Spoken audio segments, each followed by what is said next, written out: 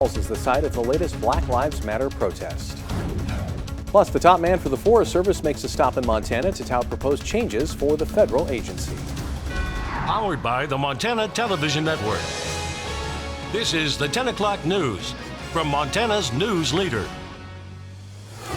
Good evening and thanks for wrapping up the work week with MTN. I'm Tim McGonigal. For the third time in 2 weeks, protesters gathered in downtown Great Falls this evening. MTN's Matt Holz-Affel brings us the latest from tonight's Black Lives Matter march. While some protests around the nation have turned violent, here in Great Falls, peaceful protests. Protesters gathered on the Central Avenue West Bridge for the third time in 2 weeks to protest the murder of George Floyd in Minneapolis and support the Black Lives Matter movement.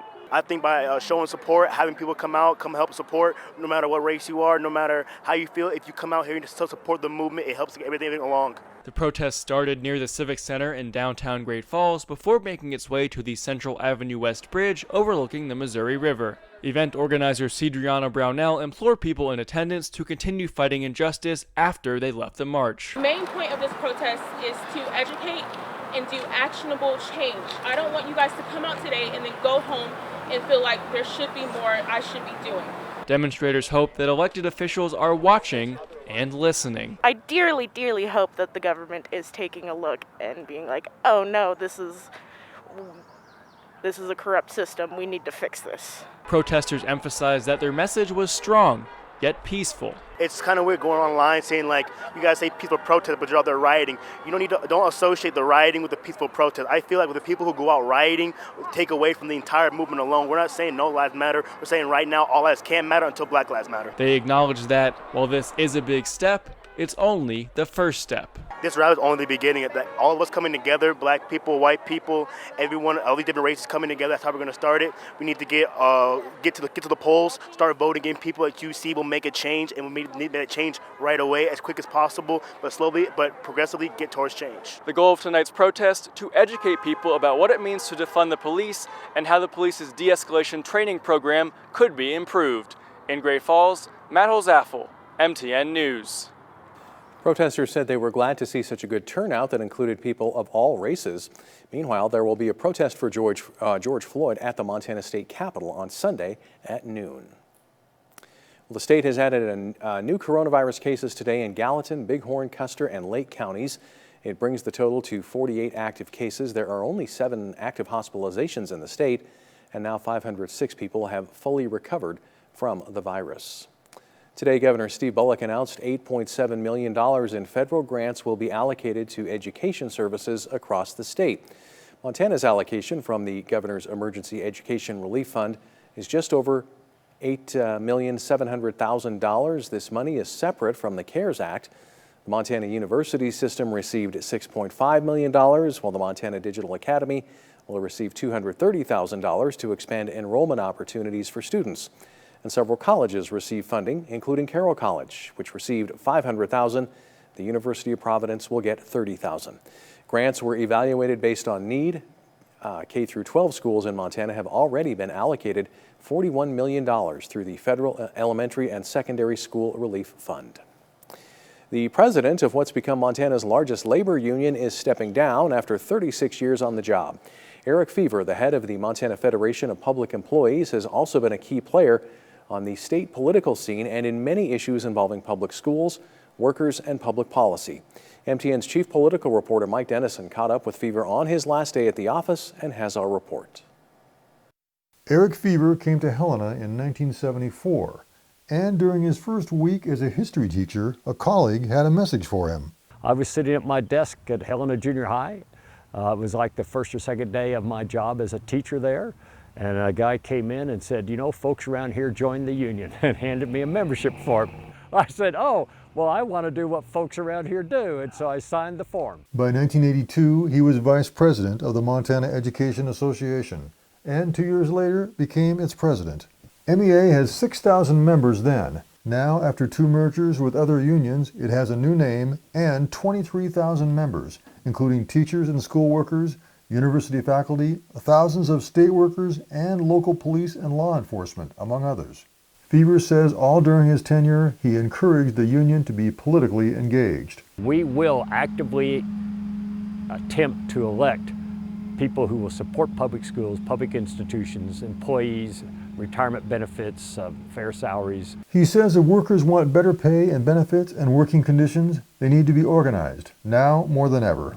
Yet the former teacher says he's especially proud of what his union did to improve school accreditation and teacher standards in Montana. And now he says it must play a role in helping bring kids back to school this fall in the wake of closures brought on by the coronavirus pandemic. I think our schools are excellent on balance, but they now face a very serious impediment to delivering that excellence going forward. In politics, the union mostly works to elect Democrats because, Fever says, they more strongly support what the union supports: public institutions, organized labor, good government, and paying for the government that people want. He says he'll still be working for those ideals, but not as union president. He's stepping down and will be succeeded by former state representative and teacher Amanda Curtis. On Friday morning, however, Fever still had a few hours left to occupy the office across the street from the Capitol, where he's been since 1984. Reporting from Helena, Mike Dennison, MTN News. Well, in January, a 3-month search began for Great Falls woman Amy Harding Perman. Now, 5 months after the search began, she was finally laid to rest. Earlier today, Amy's funeral service was held at Croxford Funeral Home and Crematory. The benefice nurse was honored with a ceremony that celebrated her life. The 34-year-old leaves behind 2 sons, a legacy of love for others that was evident in her work and relationships with others. Donations in her honor can be made to the Children's Museum of Montana. U.S. Agriculture Secretary Sonny Perdue used a Missoula stop to sign a new blueprint for modernizing operations and policies for the Forest Service, saying it's a way to keep the agency more responsive to local communities. However, the Memorandum of Understanding is already drawing some criticism from environmental groups.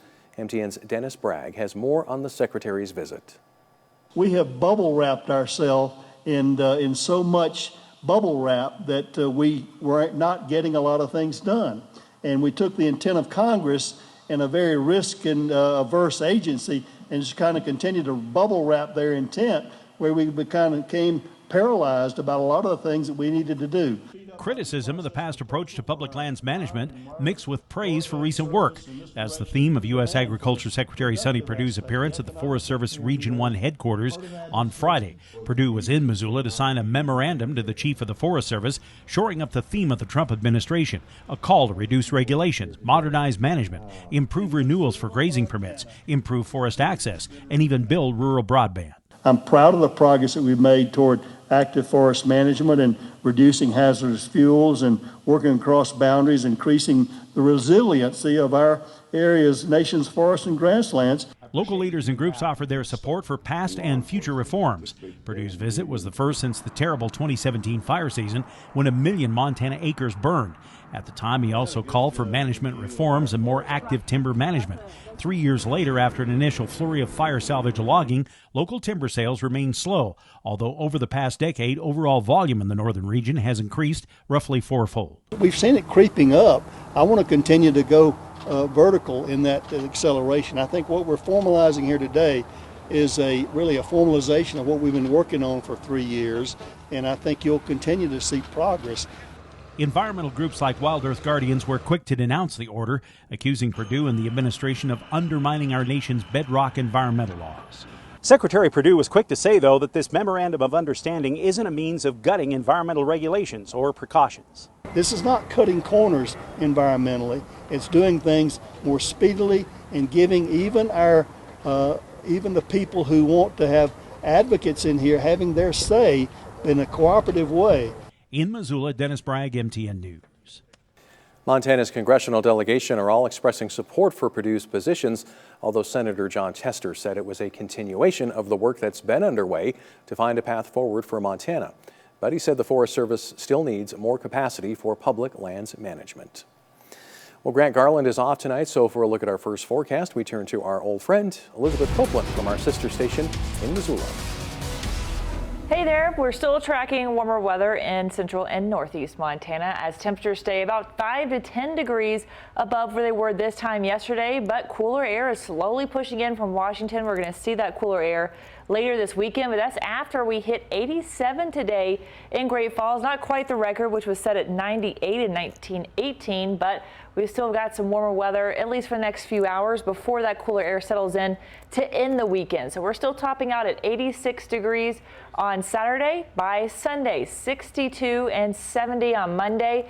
We're going to have a lot more of that cooler air finally funneling into our area as we head through the next few days. As that cold front moves in, we're going to see a lot more of that cooler air start to seep in, mostly on Sunday when we drop to the 60s.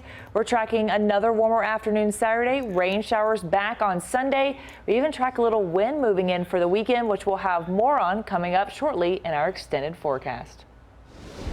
Thanks, Elizabeth. Food banks rely on donations and volunteers. Coming up, meet some people who keep hungry folks fed.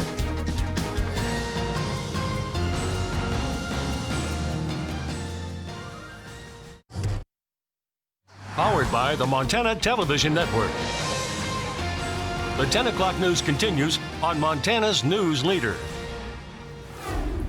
Welcome back. Every person facing hunger is able to receive food support through Helena Food Share, pandemic or not. But that service is only possible thanks to the numerous volunteers. MTN's Andy Curtis met with the people who give their time to make sure no one has to face hunger. Since March, Helena Food Share has seen hundreds of new families come to the pantry who had never used the food share before. Thankfully, volunteers from every walk of life have stepped up to help face that challenge head-on. Helena High science teacher Dave McKim began volunteering shortly after Montana's stay-at-home order went into place. Within these restrictions, I know that a lot of people have felt like they've felt a loss of humanity and a loss of community as we've been asked to shelter in place at our homes. So to be able to be part of a process where we can still maintain some kind of a connection and to still ensure that humanity and that community and the needs are being met, to be a part of that process has been pretty neat. I feel very fortunate. For many volunteers like McKim, it's not about recognition. They just want to help and say they're so grateful just to be able to interact with the family's food share services. The adaptability of the community in Helena, the fortitude, the resilience, and the courage of the people in some of the stories that they've shared with me, and of course the gratitude that they share when we're able to help them out to the car and give them exactly what they need. Staff will tell you plainly they couldn't do this without the volunteers. The Food Share distributes thousands of pounds of food each week to families in need, and that's no easy task. It actually requires a dedicated army of volunteers to pull it off. Before COVID, Food Share had more than 100 volunteers, but are now down to around 60. Many of Food Share's regular volunteers are in the vulnerable groups for COVID. The food pantry is currently looking for more volunteers to help fill those positions. Man, every day I walk out of here, I feel like I'm walking on cloud nine. It is just awesome, yeah. So if you have not been a part of what they're doing down here at Food Share, or you have any questions, definitely check it out. It's something that, since I've become a part of it, has changed my life, and I know that it's a huge part of what makes our Helena community so special. Reporting from Helena, MTN News team of Andy Curtis and John Riley. Well, we're in the final few days of our challenge to the community to raise money for area food banks like Helena Food Share and the Great Falls Community Food Bank. Our parent company, Scripps, donated $12,000 to the food bank, and we're encouraging you to help match that donation. More than 70 agencies are served by the Great Falls Community Food Bank. In April and May, the food bank saw an increase in demand, nearly doubling how much food they'd normally give out. The executive director, Sean Tatarka, says they're grateful for the community's support as they prepare for more uncertainty. We are still a little bit nervous about what's coming up because it's our summer months when we definitely see a drop in donations, and that need I don't think is going to drop at all this summer. Donations to the food bank go towards the purchase of more food to supply organizations, keeping the fridges and freezers going, help to pay staff, and if you'd like to help out either Helena Food Share or the Great Falls Community Food Bank, just give them a call to make a donation or head to our website for a link. All right, coming up after the break, we're going to be tracking another warm day until some rain moves in. We're tracking showers and storms in the forecast coming up after the break.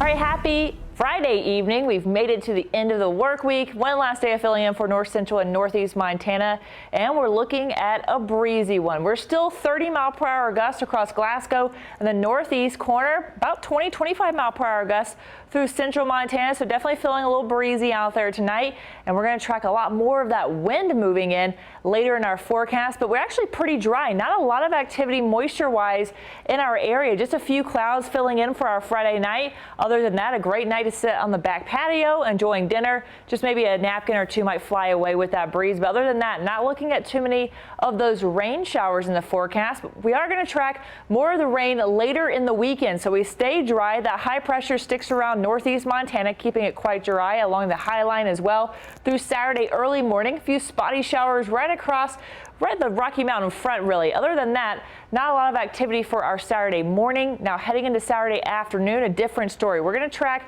a couple of different areas of concern for some stronger storms. The first area right here across Glasgow. This line of storms we'll be watching as it shoots off to the northeast. Glasgow, Plentywood, those areas looking like we're going to get some stronger storms out of that line of stronger cells. And then we're also watching this area right here as we're going to see a couple more of those cells start to pop up right across the Rocky Mountain front over closer to Helena as well, and then the north central part of Montana. So really we do have some areas we'll be watching for Saturday afternoon. By the evening though, we start to see some clearing skies. We'll actually see a little of that sunset as we head into Saturday evening, but we're not done with the rain just yet, and we're definitely not done with the wind after tonight. So we do have that cold front moving through that's going to spark the showers on Saturday afternoon and evening, but we're also going to watch that wind ahead of those storms. So we're starting out 40-50 mile-per-hour gusts on Saturday morning to the northeast corner. We're watching that same area. Those bands of showers and storms are going to move through that have that wind across the northeast. And then we're also watching right across southwest Montana. We're talking Helena, Bozeman, Butte, all those areas, 30-40 mile-per-hour gusts through Saturday afternoon. Another gusty one through Saturday afternoon and evening as we still see that wind kick up 30-40 mile-per-hour gusts really through Saturday night. So you're going to be waking up to that breeze in central and eastern Montana, and you're going to be going to bed to that windy conditions as well. We're still talking 30-40 mile-per-hour gusts really maintaining through the day. So Saturday going to be the windiest day, probably not the best day for the lake, even though we won't have too many showers in the forecast. We have a lake wind advisory for Fort Peck Lake, and then high wind watch in effect for parts of Helena, Bozeman, and Butte. We're going to see a lot more of that wind really continue to kick up as those storms really start to set in as well, mostly for tomorrow. Again, that same line of storms under a marginal risk for severe weather. That's where we're going to see some possibly strong to severe storms creating very gusty winds, some small hail possible, frequent lightning. Same areas across the front, we're watching those storms as well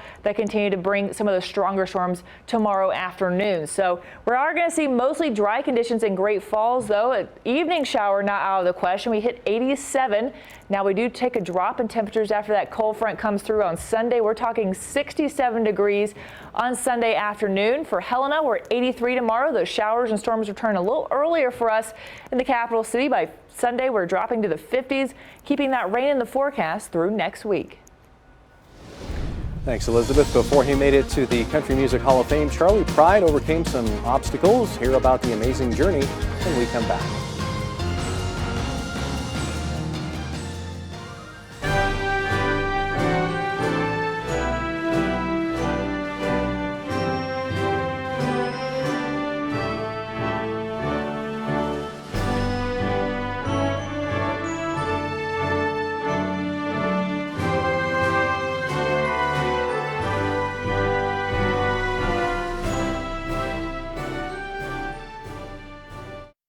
Powered by the Montana Television Network. The 10 o'clock news continues on Montana's news leader. Country music legend Charlie Pride spent a decade in Montana playing baseball before skyrocketing to stardom as a musician. But his rise to worldwide fame wasn't without its challenges. MTN's Tom Wiley has more. Charlie Pride is often referred to as the Jackie Robinson of country music. He was the first black artist to break through in a predominantly white industry. He's a country music Hall of Famer and he sold millions of records. But even though he was beloved by all, he wasn't immune from racial discrimination. My career was smack dab in the middle of the civil rights movement, you know. And so I grew up 54 miles from Memphis, so Mississippi. So I've experienced all, you know, just about everything you can, innuendos and, you know, whatever, wow, wow, wow. Name, I've had name callings and all that grew up. So I just let them roll off, you know. Pride has been home with his wife for the past 3 months during the COVID-19 pandemic. At 86 years old, he still plays 45 shows a year, but he's watched what the country has gone through following the death of George Floyd in Minneapolis. He knows America needs to change, and that it will take effort. We're in a crisis right now, and if you don't let me be free, you ain't gonna be free. Ain't no way we're gonna be able to make it without one another. And we need to help one another and start to accept one another and love one another. For more on Charlie's story and his time in Montana, check out the full feature at montanasports.com. Reporting from home, Tom Wiley, MTN News. And a Hollywood movie about Pride's life is currently in development. We'll be right back. Well, finally tonight, a 101-year-old World War II veteran was honored today as he visited Helena. Sidney Walton has been touring around the country. He arrived in Helena this morning, where he was greeted by Mayor Wilmot Collins. Local first responders and the Patriot Guard riders then escorted Walton and his family to the state capitol, where he met with Governor Steve Bullock. Walton has visited 31 state governors over the last 2 years and is hoping to meet with the other 19. His family says he's taking these tours as a way to raise awareness of the remaining veterans who fought in World War II. They say they're gratified by the support people in Montana have shown. How do you feel when hundreds of people come out to support you and thank you for your service? How does that make you feel? Oh, it makes me feel real good. It does, doesn't it? Oh, yes. Now, this isn't Sidney Walton's first time in Montana. He actually lived in Plentywood area after the war while working for the U.S. Geological Survey. And I think it goes without saying that we're all very appreciative of his service to the country. Well, that's all the time we have. We hope you have a great weekend. Good night.